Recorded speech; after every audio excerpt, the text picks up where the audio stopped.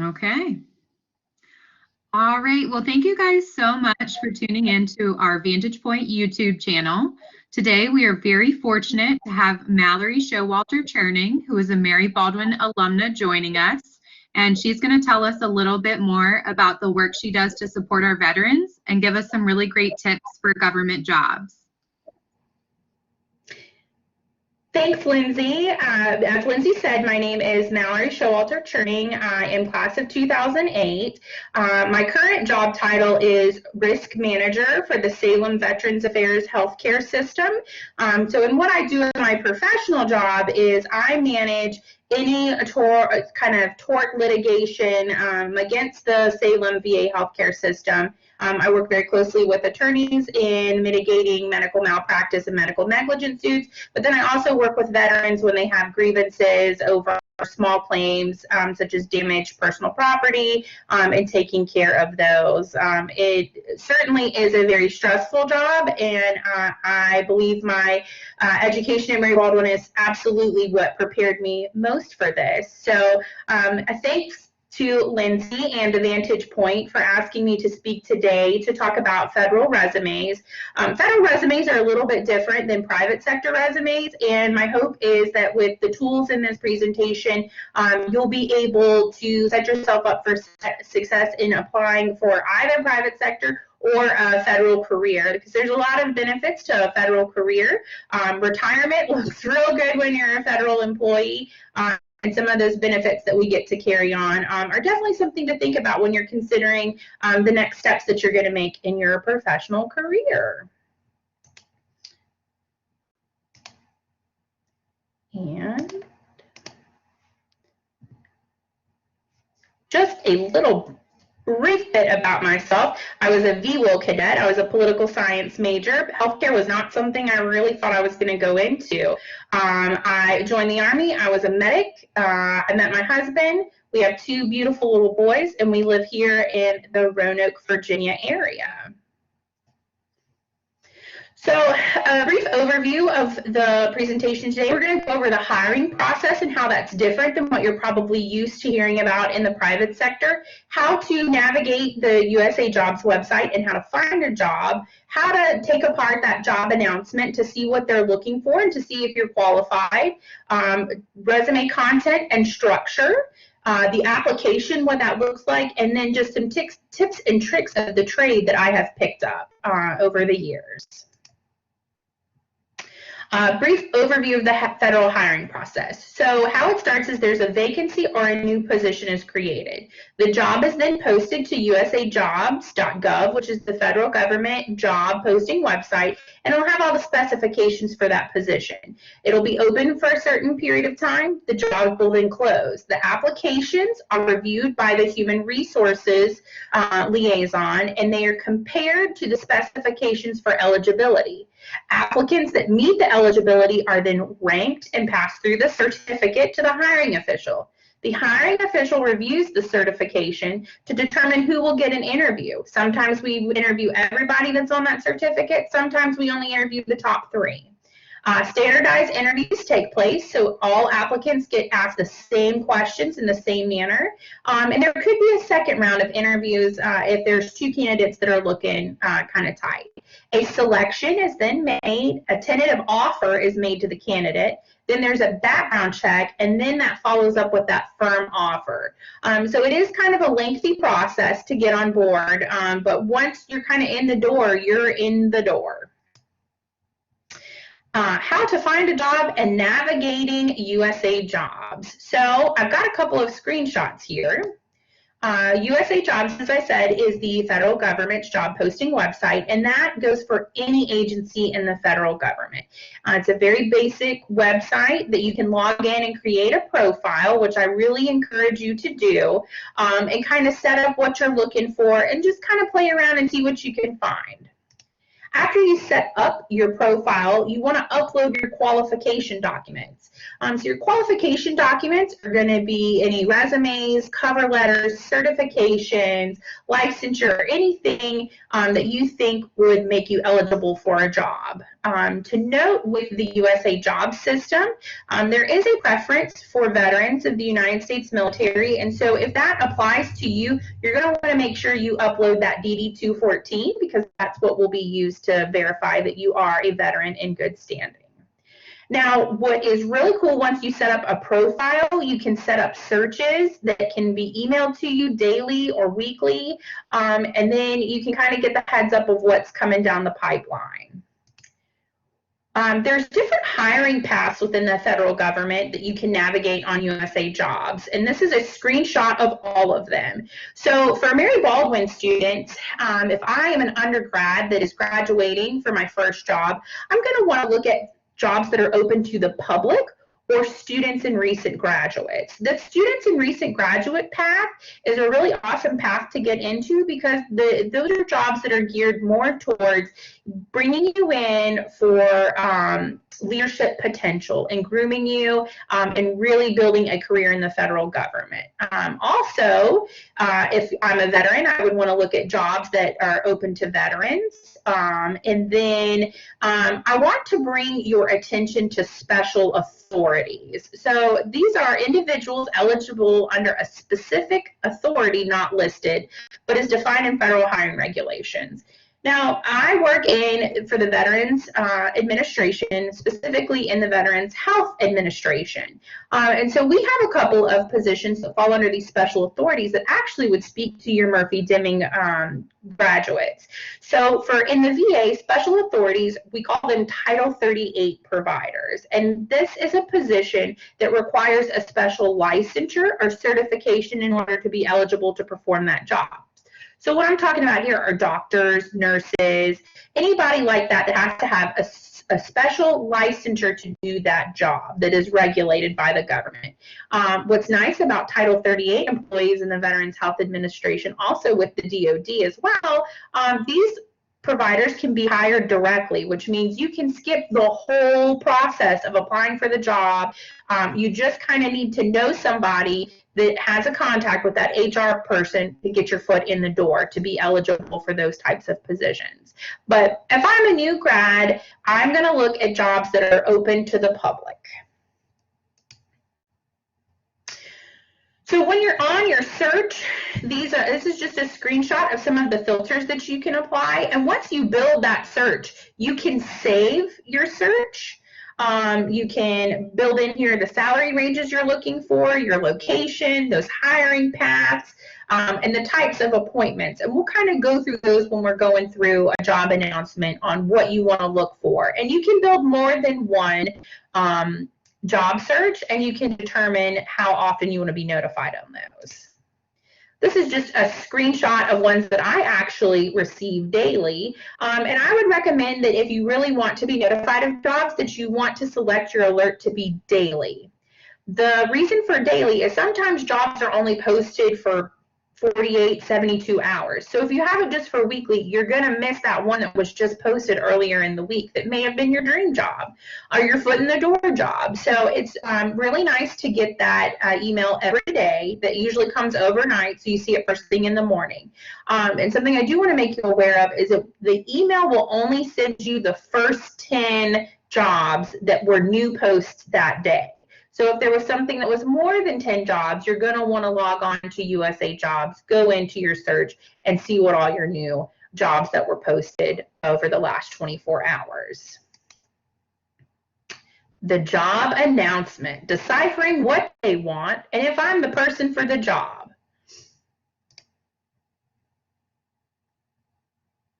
So some of the basic things that you'll find in a job announcement on USA Jobs are going to be your opening and closing dates.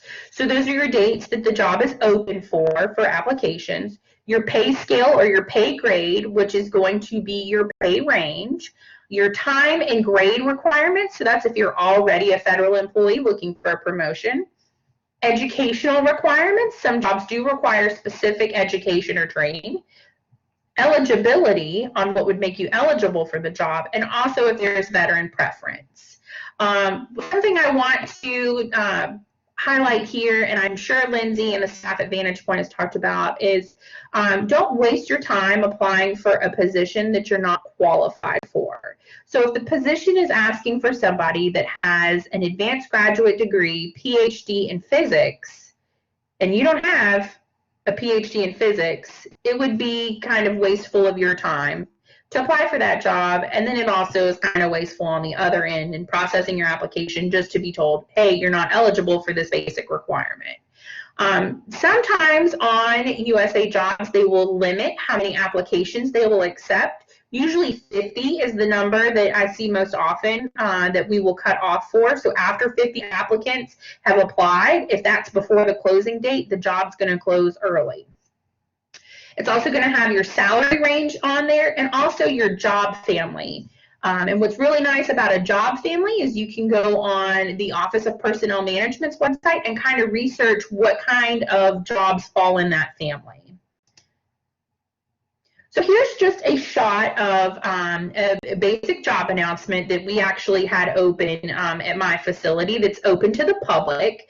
This is what it's going to look. It's for an intermediate care technician.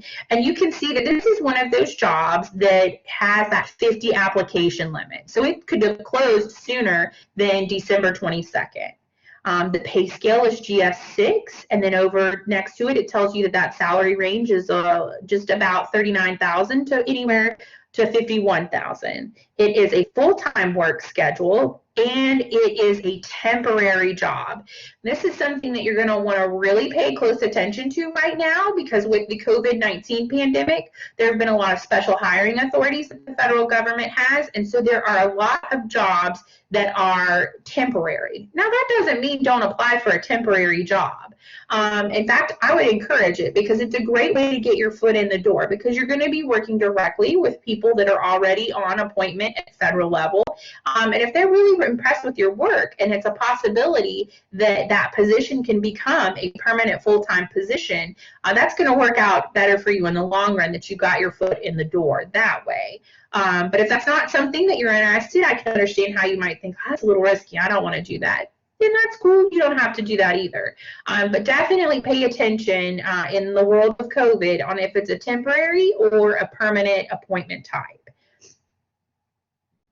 And as you can see, this job is open to the public, and it is a direct hire authority. So part of with COVID is if you're eligible on the basic requirements, we can go ahead and hire you. We don't have to get that complete background check completed.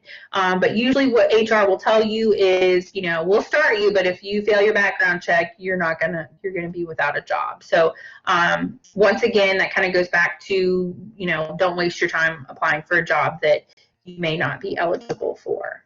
Mallory, so this is sorry. Ma'am. So on the slide, it said temporary, and any position that is temporary, will it give you the tentative end date like is indicated here? Lindsay, can you repeat that one more time? It broke up. I got every other word. I'm so sorry. I'm sorry. I'll try saying it one more time and type it if it doesn't work. But when it is a temporary position, will it always indicate the anticipated end date like is listed there?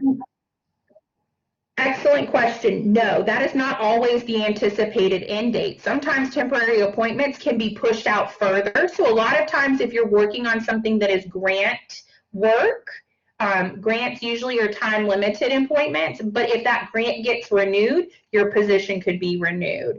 And sometimes temporary appointments are if you're kind of an in-between time, like in between work, and that's kind of what you're looking for. Temporary appointments are great. And a lot of times, specifically where I'm at, we really look to those temporary employees if they're going to apply, if that position will become full-time, because we already we know what we're getting out of you. And so if that's something that you would be interested in, I would encourage anyone to apply for a temporary position. That was an excellent question.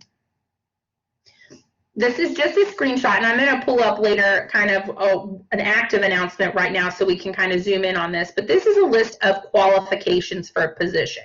So this is where you're really going to want to pay attention to if you meet these qualifications, because if you do not meet every one of these qualifications, you will be disqualified.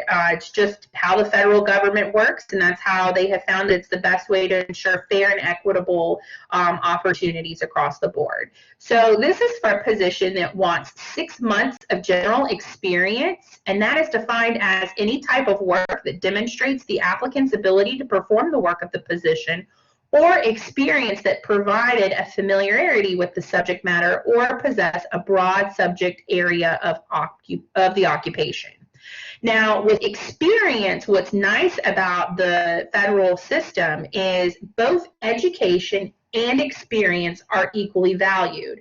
I know I was very frustrated when I was working in the private sector right after I got my graduate degree. I was thinking, yeah, I've got my graduate degree. Now all the jobs are available to me. And it would be like, we want your graduate degree and 15 years of experience. I'm like, well, I haven't even been in the workforce for 15 years, but I've got the graduate degree. So one of the nice things about the federal system is those are both weighed equally. So if you have that experience, you've been in a job field for 30 years, but you don't have a graduate degree, that's looked just as highly upon as if you've not been in that long, but you do have a graduate degree in that specific field that they're looking for. So that's one of the things that I love about federal employment, is it's equal balance.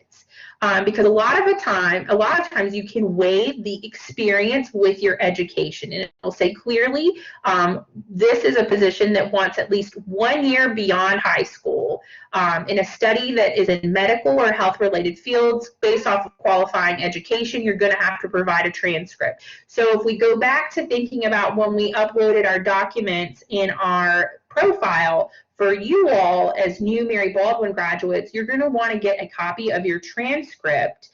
Usually on USA Jobs, it can be your unofficial transcript, and you're going to want to have that in there to put on every job that you apply for that shows, yes, I have this degree that I say I have, and here, my coursework, because it may be that you've got like one class and one thing that was super interesting, but maybe that wasn't your major, and now you found a job in it, and you can really say, well, I took this specialized class when I was in college, and that's what makes me eligible. So definitely pay the most attention to the qualifications part, because that is the bare minimum of what they are looking for. Then there's going to be at the bottom your required documents. The documents accepted versus the documents required. Documents required, if it's not on there, you're not making the cut to be on the cert. You're going to be disqualified. So typically always the resume is going to be a required document, and then additional documents like in this listing, a cover letter, a DD-214 or your statement of service if you're a veteran, a disability letter if you receive disability compensation as a veteran, and then that also covers if you are considered a disabled persons under Schedule A disabilities. And so I'll kind of go over that on the OPM website on what's considered a Schedule A disability, which gives you an additional hiring preference in the federal government system. So these are what you're going to look at is, okay, I have to have all of these in order to even make the certificate. Then at the very bottom, you're going to see how to apply, which is going to be online, and it's going to be the HR contact on who is going to have that information for this job. It may have the address of where the location is, but that person may not be located at that specific location. So if you have questions, definitely start off with emailing that HR contact person and ask them if it's a very specific question to the job to put you in contact with who the hiring official is so you can have that question asked. That's just something that has happened now in the world of COVID. A lot of our HR professionals are allowed to work from home and they're not on site. And then also they have centralized them in that they kind of put all the job applications on top, and as soon as an HR specialist is ready, they just grab the next one on top. So every federal agency does it a little bit different, but across the board, a lot of HR is virtual right now. Also, let me go back for just a second. This would be the person if you feel like you did not make the certification and that you're like, I know I had all of the bare minimum that they were asking for, and you get the email that said you did not make the certificate, you can contact this person and ask them, hey, can you specifically let me know why I did not make the cut. If you would do an email like this, I would just advise you just to be very professional, very polite. I just would like to know. Don't, try to, I just don't understand why I didn't make this. I had all that. Just say, I just want to clarify to help me with my further job search. I've seen it where somebody has asked that more times than not, and then all of a sudden, oh, I overlooked something. Now you've made the certificate. So don't be afraid to reach out to these people and ask them like, hey, why didn't I make that? Your federal resume, how it is different in the government sector. The biggest thing is I need it to be more than one page. Private sector, keep it to that one page. Federal resumes are going to be looked more as like CVs because that resume is your first interview. And we're going to kind of go over that in this section. So as I said, your resume is both your application and your first interview. There is no page limit, and you can build it in the USA Jobs template on that website. What I like to see and what I like to do is you can build it in the USA Jobs website. It's a little bit easier for us to when we're looking at the same kind of standardized resume, but then you have the option that you can export it into Microsoft Word, and then you can kind of play around with it and making it your own to stand out a little bit. But I would just advise don't, put it in Curl's point 13 font.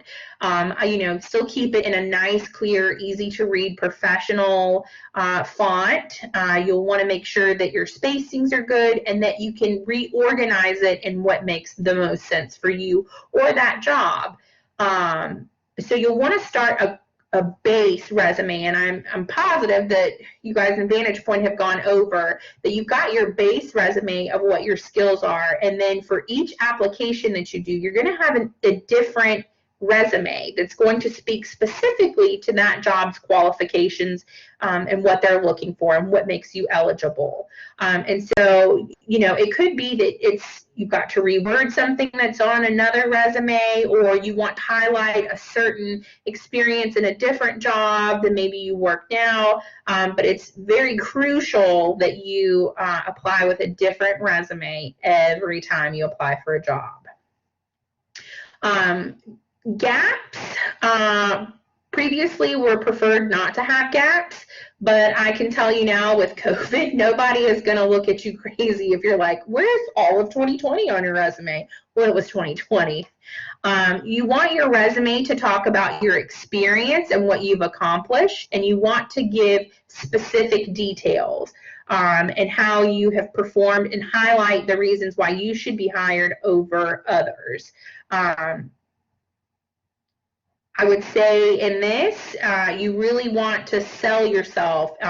You don't want to just put something simple like, I think Lindsay had a really great example in one of her sessions I've sat in about if your summer job was stocking the beverages at Sheets and how you could really tool that into sounding a lot more than just I restocked the beverages at Sheets. So there's a lot of great resources on the internet. Pinterest is a great one I go to for finding really good words to just make that resume stand out a little bit more. On your federal resume, you're going to want to include the qualifications and use that as a guide to your resume. You're going to want to be really specific in your write-ups, and you want to make a decision on how far back you want to go with your experience. If I'm a new grad coming out of college, I'm going to want to talk about experiences that I've had holding offices and clubs and what I've been responsible there, or any work-study experience that I have, any jobs that I worked outside of campus, any volunteer experience I have. Volunteer experience is just as valuable as paid experience. And if you've got any awards that are pretty notable, I'm going to want to put that in there too. You want to make sure that you are really showing yourself as that shining star. Some things you don't want to include. You do not want to include a photo, your social security number, your age, gender, or religion, and please do not put references available upon request. I know that sometimes it's nice to put that, and then you show up to an interview and then you have your reference list. That's what I used to do when I was applying for jobs. I would put references available upon request. I would go to the interview, and at the end of the interview, I'd hand, here are my references. In the federal system, if we see references available upon request, then it becomes, well, why aren't you telling me who I can call for a reference?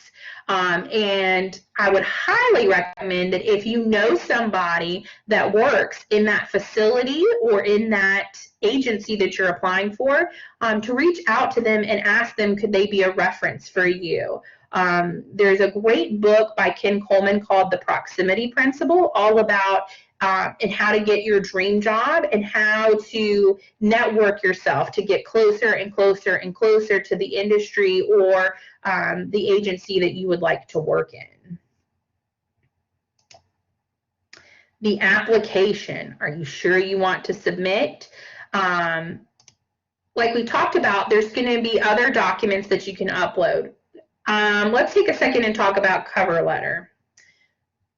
We typically, if I'm the hiring official, I will not get forwarded your cover letter. The only person that's really going to see that cover letter is that HR specialist that is responsible for the job listing.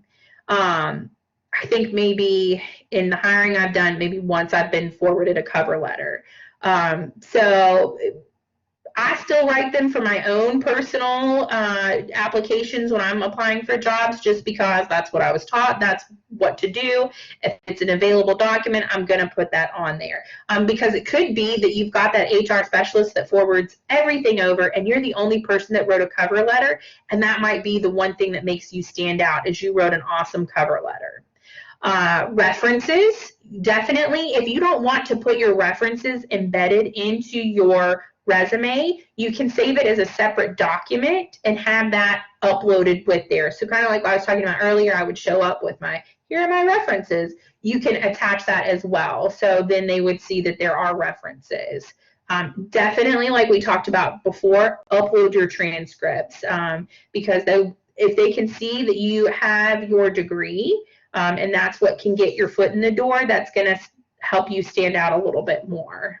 If you have any certifications or licensures that would either be helpful or could possibly be required or are required for that position, you're going to want to upload those as well. So for me, when I'm hiring physicians and nurses, I want to see a copy of their license, that they are licensed in a state to practice.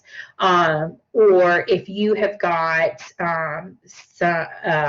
certification for hazmat because you worked on a volunteer fire department in high school and that's still an active certification, and you're trying to get in with the Department of Interior in the parks and the national parks, that could be something that, like, oh hey, they've got some experience with, if we have a hazmat incident, maybe we could need somebody like that. So more is more in the federal resume system. It is definitely not less is more. And then if you have any preference documents, so that goes back to if you have veterans preference or you have Schedule A disability, you're going to want to upload that documentation that allows you to claim that preference. And so when I talk about that preference, we call it a point preference. So after everything is said and done and scored, if you have that additional preference, you are given additional points to possibly make you the more qualified person for the position. Now, after you upload all of your documents, your resume, your cover letter, your transcripts, your certifications, it is going to take you to what looks like another website, but it's not another website, and it's going to have you answer an occupational questionnaire. The occupational questionnaire have as little as 1 or 2 questions, or I've applied for some jobs where I've had 120 questions. So think of that as your first interview. And you're going to be given the same, let's see here, that's 5 choices. Think of A as never heard of it, B, I'm aware of it, but I have no actual experience. C, limited experience, but I require a lot of supervision. D, I've got moderate to advanced experience and some supervision may be required. Or E, I'm the subject matter expert and people come to me for these questions. So you can self-score yourself out when you get to the occupational questionnaire if you put like, oh, I don't have any experience, I've never heard of this, I just have limited experience. That you can almost self-score yourself out. So if it is something, and it's going to show you a very scary, you cannot lie on this, it's a federal crime if you lie on your application and we find out about it. Yes, that is true. But if you feel like, you know, I can learn this in a couple of months or an expected orientation period, go ahead and score yourself on the higher end. Even if it's something that you can kind of correlate to, well, I've got experience in that and I've got some supervision, that I've supervised people or I'm the subject matter expert, I would really rate yourself higher versus rating yourself lower. So if you're unsure, go with the higher end because you don't want to self-select yourself out. Sometimes the questions will just be yes or no, or sometimes it'll be all 5 of these. But you'll never know how many questions are on the questionnaire until you're getting ready to submit that application. This will be the last part. And it will tell you at the end if you missed a question, so make sure you go back and answer all of the questions, because then if you don't answer a question, they're going to assume it was I've never heard of it, just to make sure that you've clicked on all of your answers. Some of them will even talk about direct experience that you've had in your college experience. Have you ever written a paper of over 25 pages? I've had that as a question. Why, yes, I have. Capstone project, sure have. So that's a really great tool of the federal application, is they take into account experience throughout your lifetime, not just necessarily your career. But your rating that you give yourself is going to help initially score your resume before HR starts to see it. So just for here, don't disqualify yourself out. Tips and tricks of the trade. Resumes are probably if I had a question that said, oh, I'm confident in resumes, I would rate myself as I'm a subject matter expert and people come to me, because resumes, I look at them all of the time and I get very nitpicky with them. And so I love to help people work on their resumes and make them really stand out while still getting the job done. So my tips to you would be, make them easy to read, have it a clear format. Whatever format you pick, just make it very clear and easy to follow. I recommend doing reverse chronological order. I want to see what you're doing now and then kind of work back in your career versus, you know, I bagged groceries at Kroger when I turned 15. That's not as probably relevant as what you're doing now, because I'm expecting to see that you have advanced your career. So I want to see that reverse chronological order. I want to see your relevant experience listed. So for me personally, when I'm looking at applicants, and we'll go to the I bagged groceries in Kroger when I was 16, I'm happy to see that, but if you don't put like exactly what you did, I don't necessarily need to see that. I'm not a big stickler on if it's just a starter job, seeing that relevant experience, as long as you've got another job that lists that relevant experience of what I'm looking for. And the biggest thing is proofread. Make sure that you're keeping that same tense throughout with your grammar, that in the punctuation you are consistent. So if you're doing bullet points and putting a period at the end of every bullet point, there better be a period at the end of every bullet point, or not a period. Just being consistent in your document. Making sure that your spacing is the same, that you're not got a random double space in between 2 words. And if a page break would make sense, please use them. And then also ensure that your spelling is correct. There are a lot of people who do not do these basic things, that those resumes automatically, you know, when you're looking at so many resumes like these HR specialists are, those go straight to the you're not making the cert if there's just these glaring errors at you.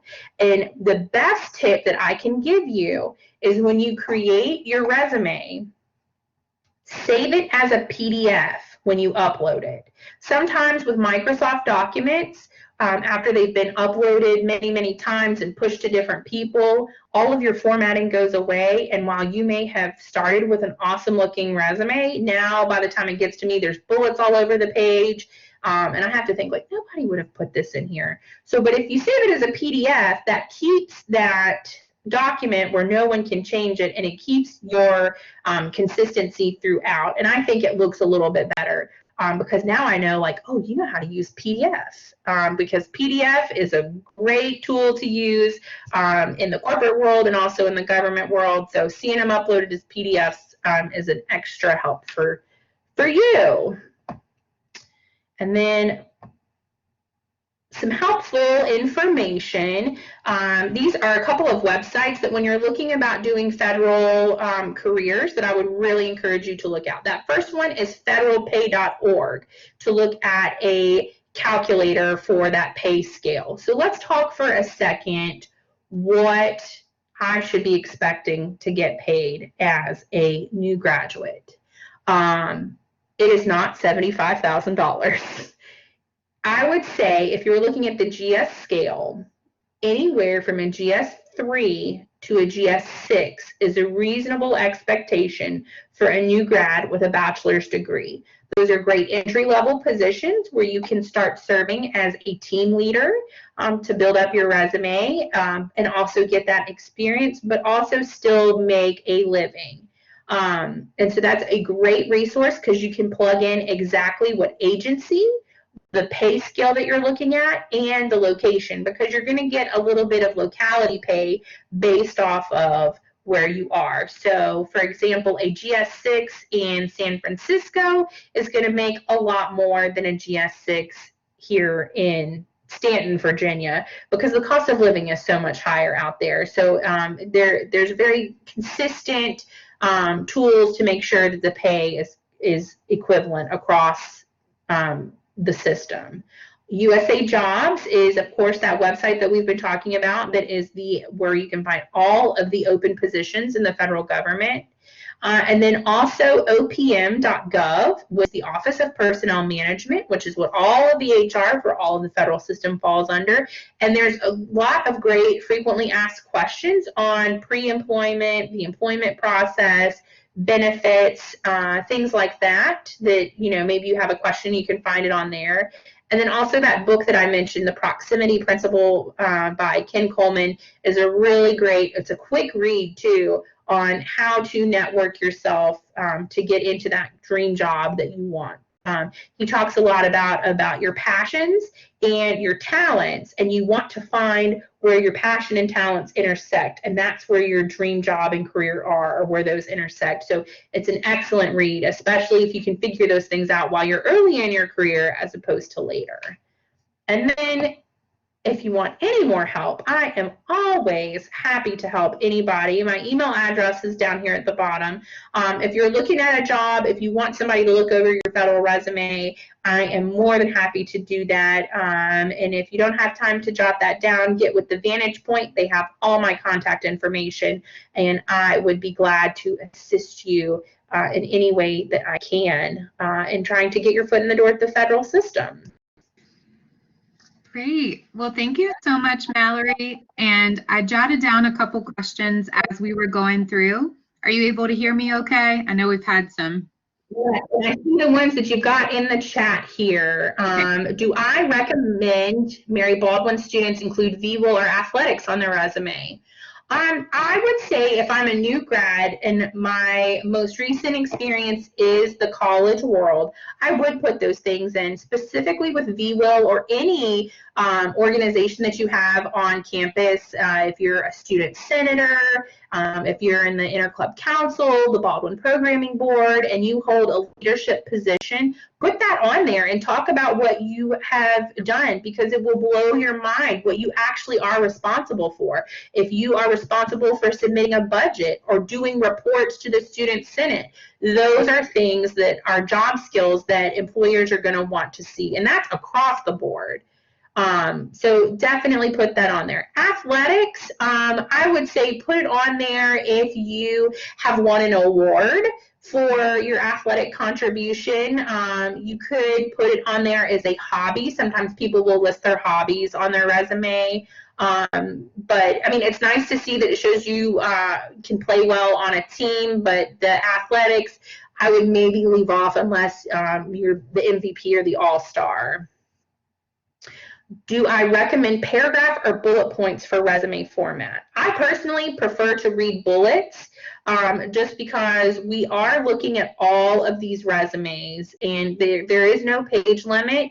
I like to see a bullet point with maybe a line and a line under it. So like a good 1 or 2 sentence bullet point. And that's plenty of room to put in any type of qualitative and quantitative data for what you've done, to get all of that in there, and really be speaking specifically on how that qualifies you for one of their listings. And where should a student include language skills or study abroad? Excellent. I would put that at, if you are, well, it depends on the job. If it is a job where being bilingual or multilingual is really going to help you, I would put that you speak that language at the top of your resume, kind of in your header where your contact information is, just to really put that at the top. Like, I'm fluent in Spanish, or I'm fluent in Arabic. That really is going to be like, oh, okay. In the USA Jobs resume builder, there is a portion where you can rate your level of proficiency in another language through reading, writing, and speaking. But if you are truly bilingual, multilingual, I would put that at the top of the resume, that I have this language skill that nobody else has, because that will really make you stand out. Awesome. Well, I think you've been very thorough with giving us some pointers and helping our students make sure they have a very thorough and complete profile for entering the government sector. So thanks again, Mallory, for all your tips, and we'll make sure to include those websites and the follow-up information if students have questions. Thanks so much, Lindsay. I look forward to working with your students. All right. We'll see you later. Thanks.